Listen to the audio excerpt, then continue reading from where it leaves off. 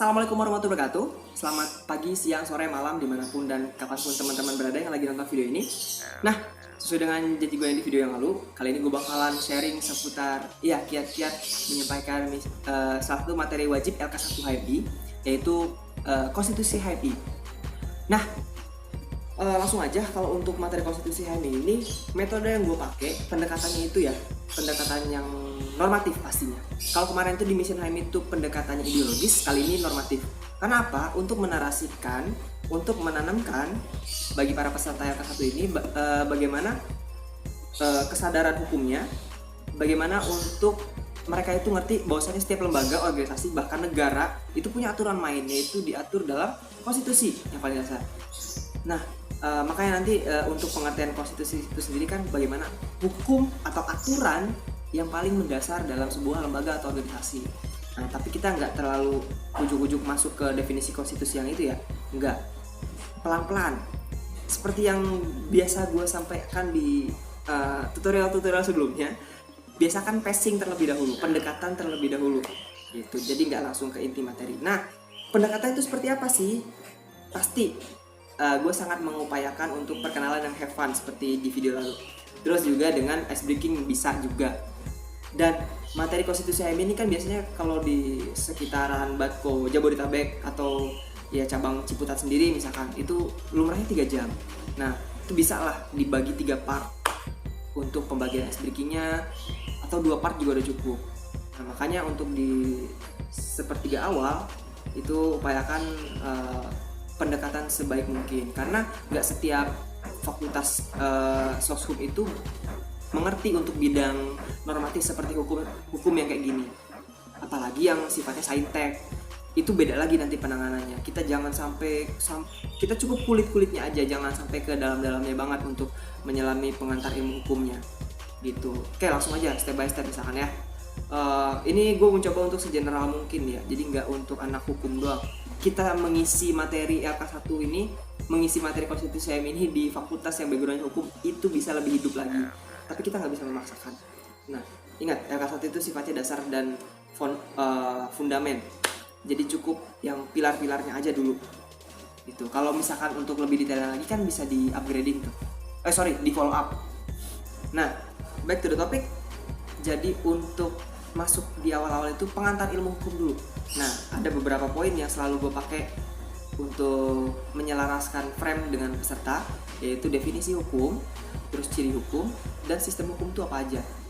Itu baru nanti yang terakhir itu sebelum masuk ke konstitusi HMI-nya, itu kita buat apa sih kaitannya hukum dengan konstitusi, apa sih bedanya, maksudnya korelasinya kayak gimana. Nah, itu yang keempat, tapi itu di akhir banget.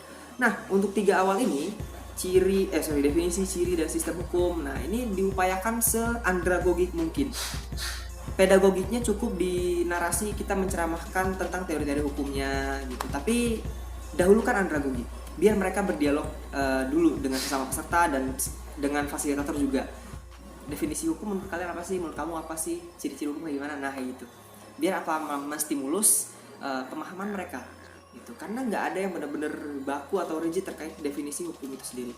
Itu ya, satu tuh poin yang harus kita tekankan gitu. Jadi nggak terlalu banyak bacot juga sebenarnya untuk di materi konstitusi ini gitu. Nah, barulah ketika mau masuk ke materi intinya, konstitusi HMI-nya, kita narasikan untuk mereka harus bisa ngebedain dan memahami konstitusi itu di hukum itu sebagai apa sih. Nah, kita harus, goalnya ini adalah kita harus bisa membuat mereka itu paham bahwasanya konstitusi itu adalah hukum yang tertinggi dalam sebuah organisasi atau lembaga gitu. Sedangkan kalau hukum itu cakupannya kan luas banget ya, jadi irisannya adalah ini konstitusi nih, nah hukum ini adalah hal yang generalnya.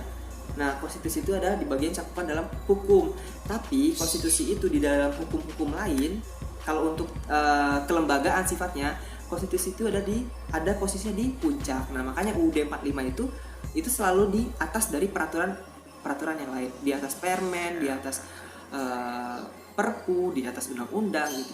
Di atas itu ada UUD 45. Nggak boleh ada yang bertentangan dengan UUD 45. Nah, narasi yang seperti itu harus dibangun dalam pengantar pertama di materi konstitusi HMI, biar mereka paham bahwasanya oh ternyata di organisasi itu ada konstitusi yang namanya apa nih, oh ADART kalau di HMI, dan ADART itu nggak boleh ditentang oleh peraturan-peraturan tambahan lainnya gitu.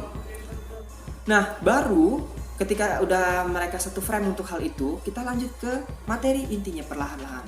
Nah untuk konstitusi HMI itu memang di anggaran dasarnya oke, di mukadimah dibahas, tapi nggak mesti baca teks banget, nggak. Kita kalau untuk menghafal itu ranahnya pasca LK1 lah ya, apalagi untuk upgrading LK2 mereka baru menghafal. Kalau ini cukup mereka memahami setiap alinianya aja itu. Mereka suruh baca boleh lah, terus menyimpulkan maksud alinianya itu apa, itu udah cukup. Lanjut ke anggaran dasar nih, pasal-pasal. Nah kalau pasal-pasal cukup pasal 1 sampai 10 yang dibahas secara gamblang. Kenapa begitu? Karena ini di anggaran dasar pasal-pasal yang cukup fundament, selain untuk pengiritan waktu juga ya. Nah pasal 1 sampai 10 ini dikerucutkan lagi yang paling urgent untuk dihafal tuh ya pasti asas ya, pasal 3, terus pasal 4 tujuan HMI itu benar-benar udah fardu banget untuk dihafal, karena ibarat kata sebuah negara yaitu kayak Pancasilanya lah untuk dihafal PR-nya. Tujuan organisasi, satu teks kalimat itu memang harus dihafal. Dan tolong ketika fasilitator sedang menyampaikan materi konstitusi HMI, itu yang ditekankan, hafalkan pasal 4 untuk konteks LK1, hafalkan pasal-pasal yang lain itu nanti ranahnya follow up dan upgrading. Nah gitu, pasal 3 tentang asas ya, pasal 4 tentang tujuan.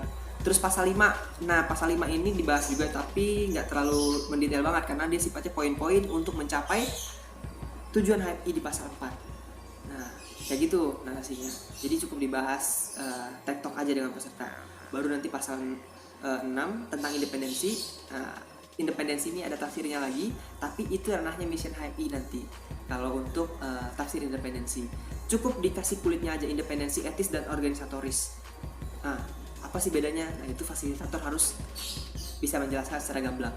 Baru nanti pasal 3 beruntun 789 status, fungsi dan peran adalah organisasi mahasiswa, fungsinya organisasi kader, peran organisasi perjuangan. Nah penjabarannya ada di mana aja sih, jungto ke pasal berapa, nah itu baru dibahasnya. Kayak gitu doang tuh penjabarannya, memang kayak semacam kayak jaring laba-laba lah, banyak cabangnya. Atau mungkin kayak semacam MLM ya, habis pasal ini nyebar kemana, berakar kemana, nah kayak gitu kalau penjabaran konstitusi. Tapi tetap ingat harus runut. Nah terus juga pasal 10 nih ya, pasal 10 itu tentang keanggotaan, anggota muda dan anggota biasa. Kayak gitu. Kalau anggota kehormatan ya itu udah nggak ada lagi ya semenjak hasil kongres yang kemarin di Ambon gitu. Nah dari situ kita lanjut ke pasal-pasal lainnya. Tadi keanggotaan pasal 10 ya, tapi di pasal-pasal lainnya ini kita nggak bahas kayak, oh iya hampir lupa, ada juga pasal yang nggak kalah penting, yaitu tentang struktur kekuasaan dan kepemimpinan. Nah, ntar harus bisa bedain tuh kekuasaan tuh yang mana, yaitu ada di RAK, ada di Kopercap, dan ada di Kongres. Terus kepemimpinan tuh ada di mana, dari tataran PB paling tinggi sampai ke komisariat. Ada korkom nggak, ada yang cabang yang nggak punya korkom, nah itu kenapa? Nah, itu ranahnya fasilitator untuk menjelaskan. Oke, selebihnya lagi detail tentang keanggotaan itu di ART, tapi nggak usah yang sampai dalam-dalam banget. Yang penting mereka tahu kapan masa berlaku keanggotaannya, gugurnya keanggotaan itu karena apa misalkan, terus apa lagi ya. Nah sama pasal-pasal yang nggak kalah urgent itu tentang personalia. Tapi personalia itu kayak personalia pengurus cabang, ya mekanisme RAK itu nggak usah dibedah banget sampai mereka harus hafal pasalnya, enggak. Itu fasilitator tugasnya untuk menarasikan aja bagaimana prosesnya. Nah itu sampai situ doang. Nah karena ini berpacu dengan waktu juga ya kalau untuk materi konstitusi ya. Biasanya materi konstitusi itu bakalan agak terlena lamanya, fasilitator itu bisa terlena di pengantar soalnya. Jadi materi inti konstitusinya itu suka kepres di sejam-sejam terakhir, jangan sampai kayak gitu. Karena nanti setelah pemaparan konstitusi HMI yang di ADART-nya, yang di modul, itu harus dikasih have fun di akhir dengan menyanyikan himne pastinya. Nah kenapa gue bilang itu have fun, karena ya nyanyi-nyanyi gitu loh. gitu. Oh, nggak himne doang, Mars Kohati juga. Kalau untuk badan khusus kayaknya untuk LPP ya, LPP nggak ada lagu-lagu yang harus dihafal banget sih, tapi BPL ada Mars BPL soalnya gitu. Tapi cukup 2 aja deh kalau untuk LK1. Selebihnya badan khusus itu yang di luar Kohati sebagai ex officio, ya itu ranahnya training lain lah tuh, jangan di LK1. Nah, cukup di himne dan Mars Kohati untuk nyanyi-nyanyi di akhir. Itu selalu di akhir. Kenapa? Karena ya sembari ice breaking terakhir juga biar nggak ngantuk ke materi berikutnya nanti gitu. Sama pengenalan tentang makna lambang itu bisa di materi misi juga sih sebenarnya. Cuman kalau untuk konstitusi ini lebih detail karena kayak penggunaan atribut tuh kayak gimana sih idealnya gitu. Karena kan itu ntar ada di kode etik juga. Siapa-siapa aja boleh pakai Gordon dan Moods gitu. Karena banyak yang salah kaprah juga nih. Oke lah, Gordon per atribut HMI itu Gordon Moods itu sakral, cuman jangan sampai jadi hal yang tabu gitu. Setiap anggota HMI kalau dia udah LK1, udah anggota biasa itu boleh pakai Gordon gitu. Cuman kalau misalkan kultur cabang masing-masing untuk mensakralkan hal tersebut itu sah-sah aja lah ya. Biar mereka itu punya effort untuk lanjut jenjang training kayak LK2 atau SC. Itu sah-sah aja. Balik ke kultur cabang masing-masing lah. Nah, baru nanti setelah mereka memahami filosofi lambang, atribut-atribut yang di HMI ada apa aja, nyanyi-nyanyi. Nah, barulah nanti penekanan di akhir bahwasanya konstitusi HMI ini penting dipelajari untuk apa sih? Aturan main dalam berorganisasi. Kata kuncinya itu adalah aturan main dalam berorganisasi.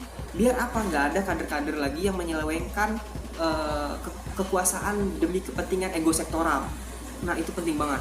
Karena apa? Banyak kan kejadian-kejadiannya yang orang-orang yang nggak ngerti konstitusi justru ngeberantakin training dari segi apa ya, metode misalkan, dari segi pelaksanaan, nggak ngerti SCOC itu kayak gimana tuh tupoksinya, itu kan bahaya.